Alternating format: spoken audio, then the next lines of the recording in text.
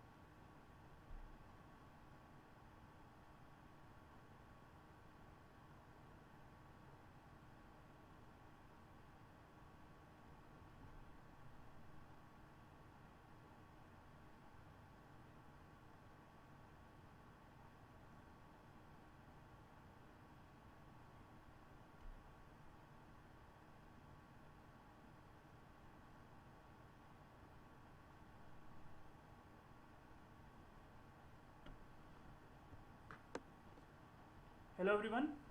Today we will start with the next section that is called as memory. Video number 1 में हमने इसके classification को समझ लिया था और according to the classification memory is basically classified into two categories, primary memory, secondary memory. So we will start with the primary one. हम primary से इसको स्टार्ट करेंगे. सो फर्स्ट ऑफ ऑल, जब भी हम प्राइमरी टू सेकेंडरी मेमोरी की बात करेंगे, इसमें सबसे इम्पॉर्टेंट जो डिफरेंसेस हैं based on the memory size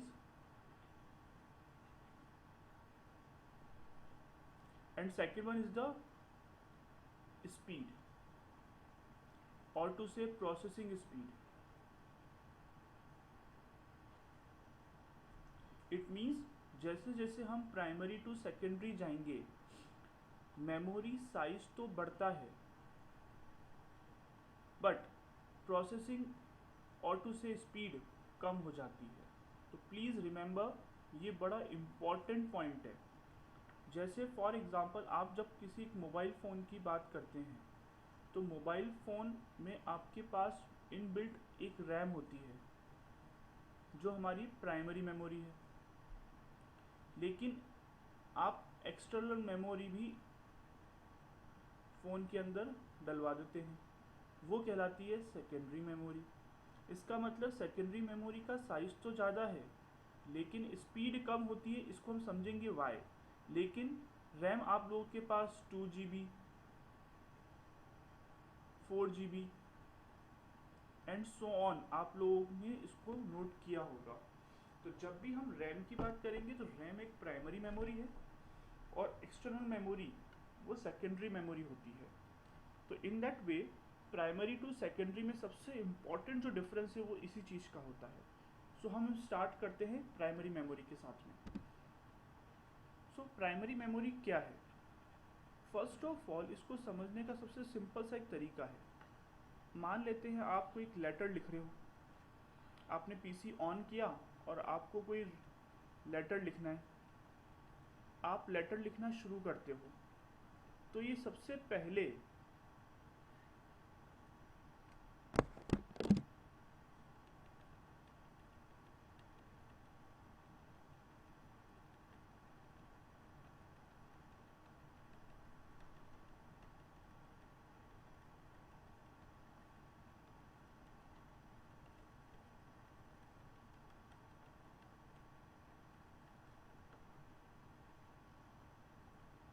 so let's start with the primary memory.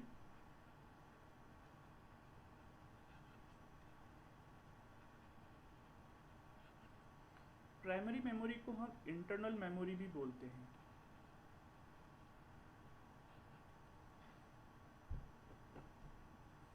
इसको हम मेन मेमोरी भी बोलते हैं.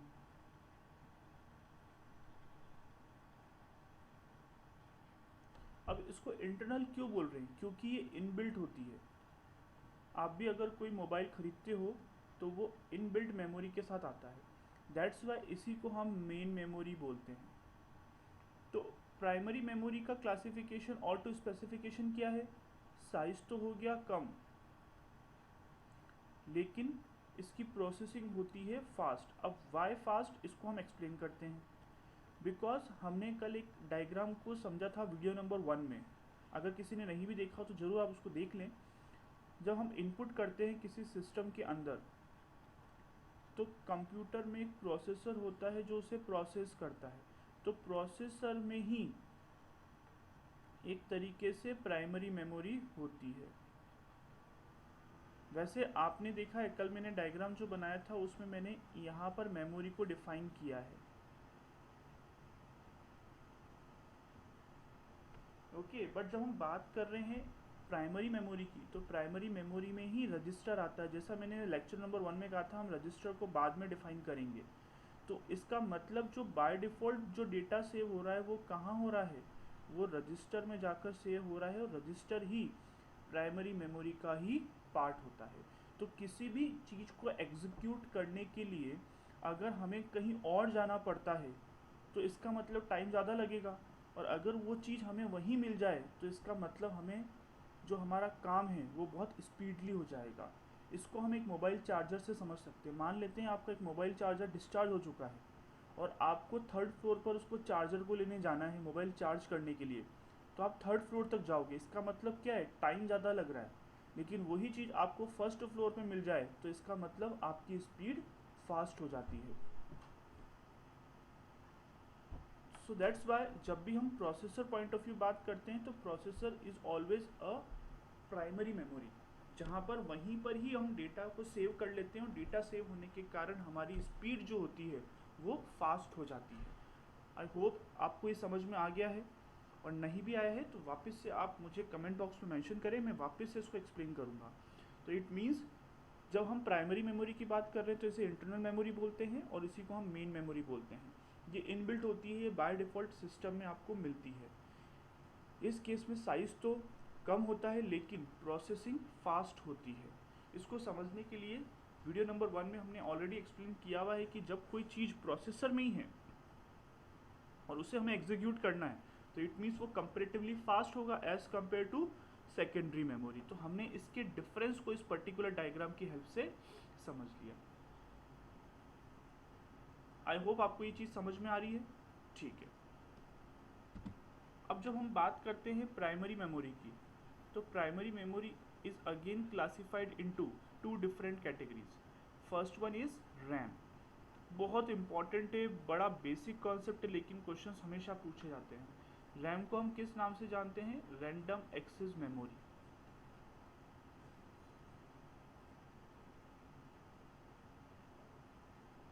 अब रैम क्या है? जैसा मैंने भी कहा कि ये प्राइमरी मेमोरी का पार्ट है। तो फॉर एग्जांपल अगर मैं कोई लेटर लिख रहा हूँ और लेटर लिखने शुरू करता हूँ तो बाय डिफ़ॉल्ट बिना सेव किए ये कहाँ जाता है? ये रैम में जाता है। बहुत इम्पॉर्टेंट है, बड़े ध्यान से इसको समझें। मान लेते हैं आप लेटर लिख रहे हो और लेटर अभी तक सेव नहीं करा है तो वो रैम में जाएगा। मान लेते हैं आप कोई पीपीटी बना रहे हो लेकिन सेव नहीं करी तो वो कहाँ जाती है? रैम में। इट मीन्स रैम का क्लासिफिकेशन बड़ा सिंपल तौर पे होता है कि ये एक वोलेटाइल मेमोरी होती है। ये बड़ा कॉमन क्लासिफिकेशन है, लेकिन हम समझेंगे कि होता क्या है। वोलेटाइल का मतलब होता है जब तक पावर की सप्लाई रहेगी, पावर की सप्लाई, तब तक डेटा सेव रहता है। लेकिन बाय डिफ़ॉल्ट सेव कहाँ होता है? वो रैम में सेव होता है। बाय डिफ़ॉल्ट वो रैम में सेव होता है। इट मीन्स ये एक वॉलेटाइल मेमोरी है। और जैसे ही पावर ऑफ हो गया, पावर ऑफ, तो डेटा आपका लॉस्ट हो जाता है। तभी आप लोगों ने देखा होगा इन केस कभी कभार आप कुछ लिखते हुए लाइट ऑफ हो जाती है, पावर ऑफ हो जाता है, तो आपका डेटा लॉस्ट हो जाता है। So that's why it is called as the volatile memory. I hope आपको ये समझ में आ रहा है। तो ये हमने कवर किया है वॉलेटाइल को समझना। तो जब तक आपने कोई चीज़ सेव नहीं करोगे वो बाय डिफ़ॉल्ट हमेशा रैम में ही जाता है। इट मीन्स रैम का जो स्पेसिफिक फंक्शन है वो है to process the data, to process the data. Process the data मतलब जब तक कोई चीज़ आप लिख रहे हो, चाहे गाना भी सुन रहे हो, आप कोई सॉन्ग सुन रहे हो, और सॉन्ग्स भी बाय डिफ़ॉल्ट आप डाउनलोड करते हो, तो वो सबसे पहले कहाँ जाएगा? वो सबसे पहले रैम में ही जाता है। तो इन केस ऑफ सॉन्ग्स वो भी बाय डिफ़ॉल्ट रैम में ही गया। First difference. सेकंड, ये रीड एंड राइट होती है। अब रीड एंड राइट का मतलब आपने जब लेटर लिखना शुरू किया था तो लेटर लिखते वक्त मान लेते हैं कुछ एरर आता है या कुछ मिस राइट हो जाता है, तो आप उसमें क्या कर सकते हो? रीड एंड राइट दोनों कर सकते हो। That is again a difference.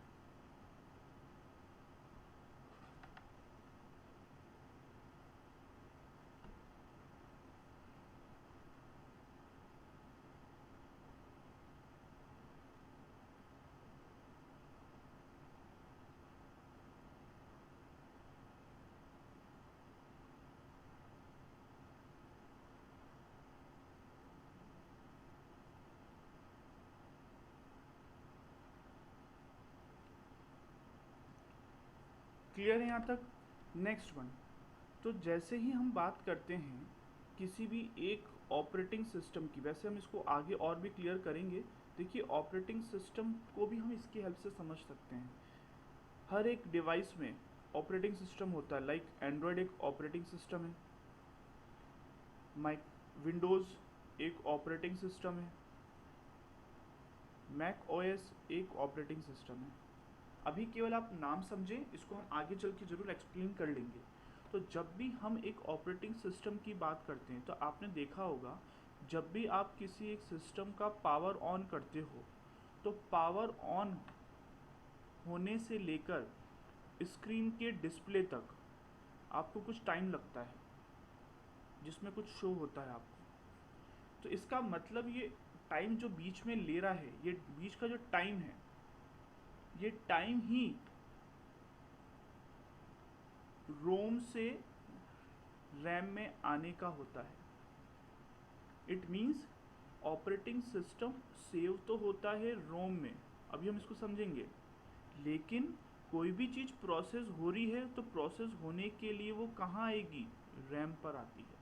इसीलिए वो जो माइक्रोसेकंड का जो टाइम लगता है, उसी जो टाइम लगता है वो इसी कारण से है कि कोई चीज़ है वो रोम से उठकर कहाँ आ रही है? रैम पर आती है। तो हमने अभी जस्ट पिछली वाली स्लाइड में यही लिखा है कि RAM is basically use to execute the data.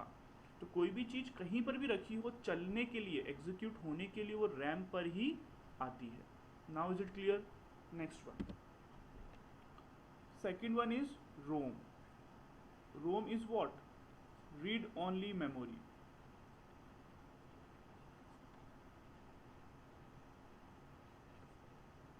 अब ये साफ खुद वर्ड कह रहा है रीड ओनली, इट मीन्स इसे केवल रीड किया जाता है। अब रीड किया जाता है मतलब इसका बेस्ट एग्जाम्पल होता है ऑपरेटिंग सिस्टम, क्योंकि ऑपरेटिंग सिस्टम में अभी एक चीज़ समझें, रीड रैंडम एक्सेस मेमोरी को हमने कैसे क्लासीफाई किया था, कैसे डिफाइन किया था कि वो वॉलेटाइल है। तो ये कैसी होती है, ये होती है नॉन वॉलेटाइल। अब इसको कैसे समझे आप मुझे बताओ, जब भी आप कुछ काम कर रहे हो और काम करते करते अगर लाइट ऑफ हो जाए, पावर ऑफ हो जाए, तो क्या आपका ऑपरेटिंग सिस्टम लॉस्ट हो जाता है क्या? नहीं होता है। तो इट मीन्स जब भी रोम में कोई चीज़ रखी हुई है तो पावर ऑफ होने के बाद भी वो डेटा लॉस्ट नहीं होता है। दैट्स वाई ऑपरेटिंग सिस्टम कहाँ रखा होता है, that is again a important question. I hope आपको ये पूरा कॉन्सेप्ट क्लियर हो रहा है। तो ऑपरेटिंग सिस्टम कहाँ मिलेगा? ऑपरेटिंग सिस्टम मिलता है रीड ओनली मेमोरी में। और जस्ट पहले मैंने भी बताया रन होने के लिए कहाँ पर आएगा, रैम पर आता है। तो फर्स्ट जो डिफरेंस था ये केवल रीड करता है, क्योंकि आपने देखा होगा रीड करने का जो टाइम ले रहा है वो मैंने कहा ना, पावर ऑन करने से लेकर एग्जीक्यूशन तक वो पूरी प्रोसेस रीड प्रोसेस कहलाती है, वो रीडिंग प्रोसेस कहलाती है कि कोई चीज़ रखी हुई है उसे रीड कर कर उसे रैम तक लाना। That's why it is called age, और that is classified into the read only memory. तो जैसे हमने बात की रैम की, तो रैम का बेस्ट एग्जाम्पल अगर कोई पूछा तो आंसर आप दे सकते हैं ऑपरेटिंग सिस्टम। क्लियर? दोनों का क्लासिफिकेशन देख लिया, दोनों की स्पेसिफिकेशन डिफरेंस देख लिया। अब हम इसके क्लासिफिकेशन को देखते हैं। फर्स्ट वन होता है एस रैम, जिसे हम कहते हैं स्टैटिक रैम, और दूसरा होता है डी रैम, जिसे कहते हैं डायनामिक रैम। एक बात ध्यान रखिए, स्टैटिक अब आउटडेटेड हो चुकी है, डायनामिक अभी रिसेंटली चल रही, जिसे आप डी रैम कहते हो।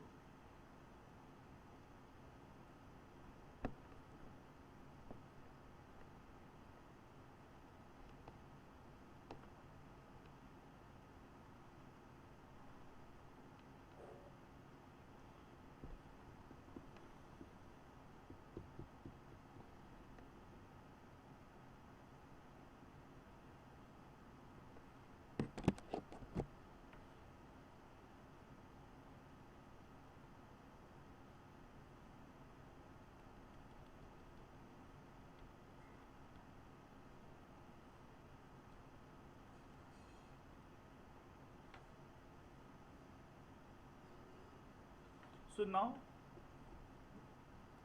classification of RAM. So RAM is classified into SRAM, जिसे स्टैटिक रैम कहते हैं, और second one is D RAM, जिसे डायनामिक रैम कहते हैं। So what is SRAM? SRAM, अब ये चीज़ तो क्लियर है, ये रैम का ही पार्ट है और ये डेटा को स्टोर करता है एज ए वॉलेटाइल तौर पर। तो ये एक्सपेंसिव है, क्योंकि इसमें बहुत बार ऐसे क्वेश्चन पूछते हैं, right some important notes about SRAM। तो ये फर्स्ट ऑफ ऑल एक्सपेंसिव होती है। It consume more power as compared to DRAM.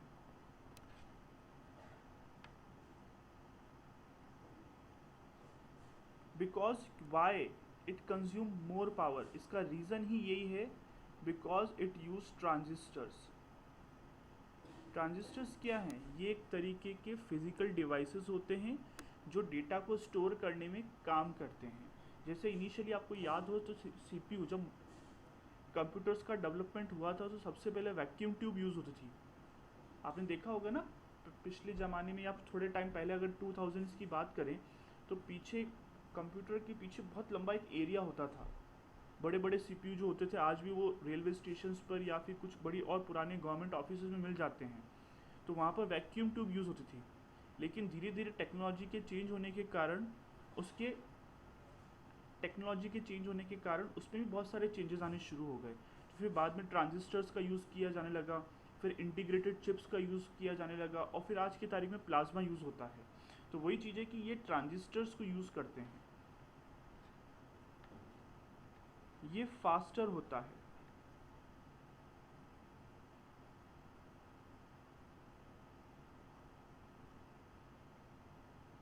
अब इसको हम और कैसे समझें, तो देखिए जब भी आप किसी एक मेमोरी में डेटा को सेव करते हो तो एक डेटा तो आपका ऐसे रैंडमली कहीं पर पड़ा हुआ है, तो इसका मतलब क्या है, आपका मेमोरी का प्रॉपर यूटिलाइजेशन नहीं हो रहा है। यस और नो? मेमोरी का प्रॉपर यूटिलाइजेशन नहीं हो रहा है क्योंकि हर कई चीज़ें रखी हुई है, तो इसको अरेंज करने के लिए आपको बार बार इसे रिफ़्रेश करना पड़ता है। एक बार बिल गेट्स से पूछा था कि आपने ये रिफ़्रेश के बटन को क्यों दिया है, तो शुरुआती टाइम में तो इसका रीज़न ये था कि मेमोरी को बार बार रीअरेंज करने के लिए हमें रिफ़्रेश करना पड़ता है। तो जैसा कि अभी मैंने कहा कि ये तो आउटडेटेड हो चुकी है, तो आज भी हम ये क्यों करते हैं फिर? तो इसका रीज़न फिर बिल गेट्स ने ये कहा कि जो भी यूज़र है, अगर वो कोई काम कर रहा है और बीच में टाइम, किसी चीज़ को लोड होने में टाइम लग रहा है, तो यूज़र क्या करे, तो यूज़र अपने टाइम को पास करने के लिए रिफ़्रेश बटन को आज भी यूज़ कर सकता है। तो आज की तारीख में अब रिफ़्रेश का कोई एज सच यूज़ नहीं है जो इनिशियल होता था। वो शुरुआत में तो इसलिए होता था कि मेमोरी को रीअरेंज करना, मतलब एक तो मेमोरी ऐसे हो रही है और एक मेमोरी में डेटा प्रॉपरली अरेंज है, तो मेमोरी का प्रॉपर यूटिलाइजेशन किस में होगा? यस ऑफ कोर्स इसमें होगा। तो आज की तारीख में तो रिफ़्रेश का कोई यूज़ नहीं है, लेकिन इनिशियली इसका यूज़ था जो मैंने आपको बता दिया। लेकिन जब हम डी रैम की बात करते हैं तो इसके जस्ट अपोजिट यहाँ पर इसके फीचर्स होंगे। तो फर्स्ट ऑफ ऑल ये इनएक्सपेंसिव है, कंज्यूम लेस पावर। ये कुछ इंपॉर्टेंट क्लासिफिकेशन है जो आपको बिल्कुल याद रखने। अब यहाँ पर तो आपको रिफ़्रेश करना पड़ रहा था, लेकिन यहाँ पर ऑटोमेटिकली पीरियोडिक रिफ़्रेशमेंट होता रहता है। पीरियोडिक रिफ़्रेशमेंट मतलब प्रोग्रामिंग ही इस तरीके से की गई है कि हर कुछ मिली सेकेंड्स, माइक्रो सेकेंड्स में वो मेमोरी को बार बार रीअरेंज करता है ताकि मेमोरी का प्रॉपर यूटिलाइजेशन हो सके। Now is it clear? लेकिन ये कंपेरेटिवली स्लो है क्योंकि यहाँ हमें करना, या बेसिकली वो टाइम सॉफ्टवेयर के थ्रू हो रहा है। तो कोई भी चीज़ अगर एक सॉफ्टवेयर के थ्रू होगी, ये कंप्यूटर में आप चीज़ याद कर लो कि कोई भी चीज़ अगर सॉफ्टवेयर के थ्रू हो रही है कंपेरेटिवली वो स्लो होगी।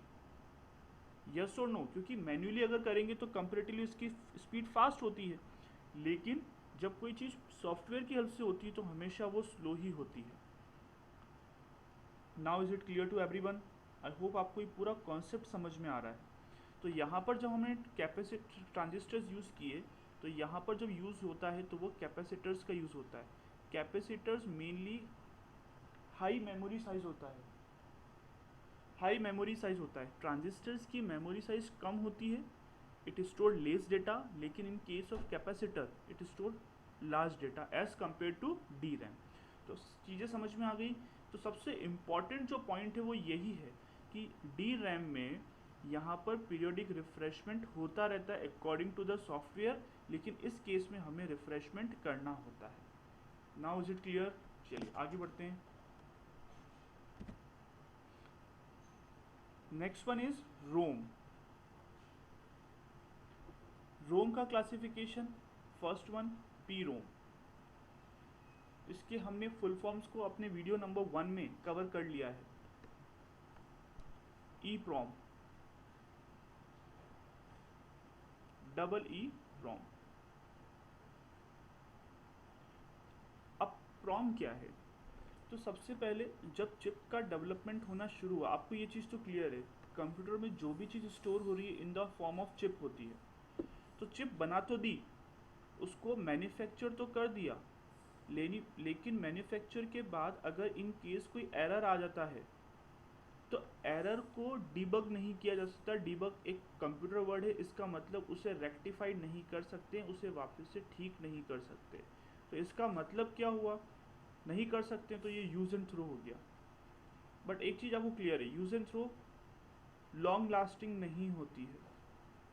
जब लॉन्ग लास्टिंग चीज़ ही नहीं है तो इसका टाइम स्पैन कम होता है, इसे हम ज़्यादा यूज़ नहीं कर सकते। आज की तारीख में अगर पेन ड्राइव का यूज़ इतना हो रहा है तो इसका मेन रीज़न क्या है? बिकॉज हम बार बार चीज़ों को इसमें क्या कर रहे हैं, डिलीट करते हैं फिर सेव करते हैं। फिर डिलीट करते हैं तो सेव करते हैं। मान लेते हैं आपके पास केवल एक बार ही सेव का ऑप्शन होता और आप एक चीज़ पेन ड्राइव 550 रुपये में खरीद के लाते हो, तो क्या बार बार हम इस चीज़ को खरीद पाएंगे? नहीं खरीद पाते हैं। तो कोई भी चीज़ टेक्नोलॉजी के point of view long lasting होनी चाहिए। तो यहाँ पर आप समझ गए, एरर डिबग नहीं हो सकता है। सेकंड आता है ई प्रॉम। ई का मतलब होता है यहाँ पर इलेक्ट्रिकली इरेजेबल, ये होता है इरेजेबल। अब यहाँ पर चिप का मैन्युफैक्चर तो हो रहा है, लेकिन एरर को यहाँ पर डीबग कर सकते हैं।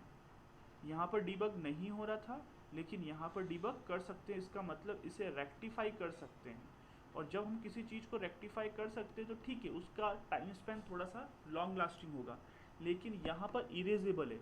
तो यहाँ पर इरेज किससे करते हैं? तो इरेज की जो प्रोसेस है वो होती है with the help of UV rays. और यूवी रेज हमें जिसे कहते हैं ultra violet rays, ultra violet rays. अब मुझे एक चीज़ बताओ, क्या ultra violet ray easily available है?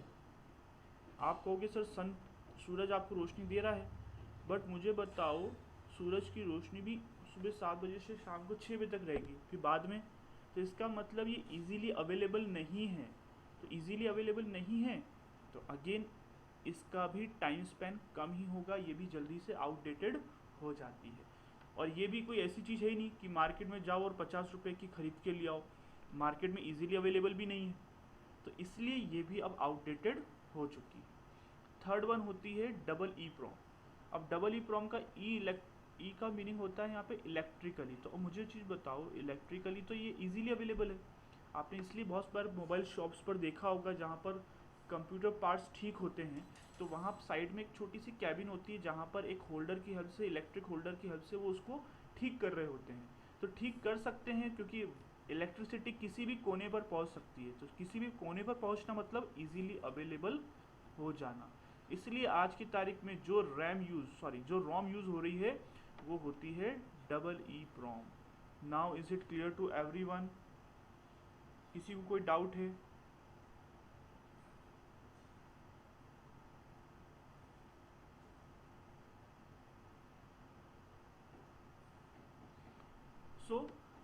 हमने आज जो सेशन कवर किया है उसमें मेमोरी के प्राइमरी मेमोरी को समझा।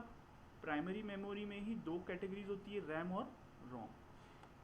इस सेशन को ख़त्म करने से पहले आपको ये पिरामिड याद रखना है, इसी से हम अपनी कल क्लास को कंटिन्यू करेंगे। ये पिरामिड मेमोरी हायरार्की है। इसका मतलब सबसे नीचे जो चीज़ होगी वो होती है सेकेंडरी मेमोरी, एक्सटर्नल मेमोरी जिसे कहते हैं। फिर आती है प्राइमरी मेमोरी, फिर आती है कैश। आपने अगर वीडियो नंबर 1 में देखा हो तो मैंने कैश को कहाँ पोजीशन किया है, प्रोसेसर और मेमोरी के बीच में। इसका मतलब कोई चीज़ अगर मेमोरी में रखी हुई है और कोई चीज़ कैश में रखी हुई है तो कैश की स्पीड कंपेरेटिवली फास्ट होगी।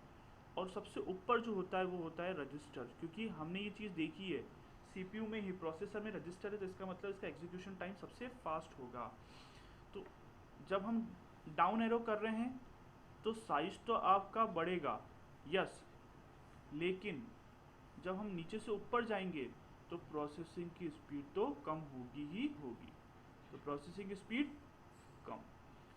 उसी केस में आपको बस ये डायग्राम जरूर याद रखना है। अगर मेमोरी का कोई क्वेश्चन आता भी है तो आपको ये डायग्राम जरूर बनाना है। इसलिए आपने देखा एक्सटर्नल मेमोरी का साइज़ ज़्यादा होता है और रजिस्टर का साइज कम होता है। आई होप आपको ये पूरा सेशन समझ में आ गया है। सो स्टूडेंट, इन केस अगर कोई डाउट भी होता है तो आप उसको ज़रूर नोट डाउन कर लें या कमेंट बॉक्स में डाल दें। तो जो नेक्स्ट सेशन होगा उसमें सबसे पहले मैं आप लोगों के डाउट्स को ही क्लियर करूँगा, देन भी हम आगे बढ़ना शुरू करेंगे। So that's all for the today. Thank you.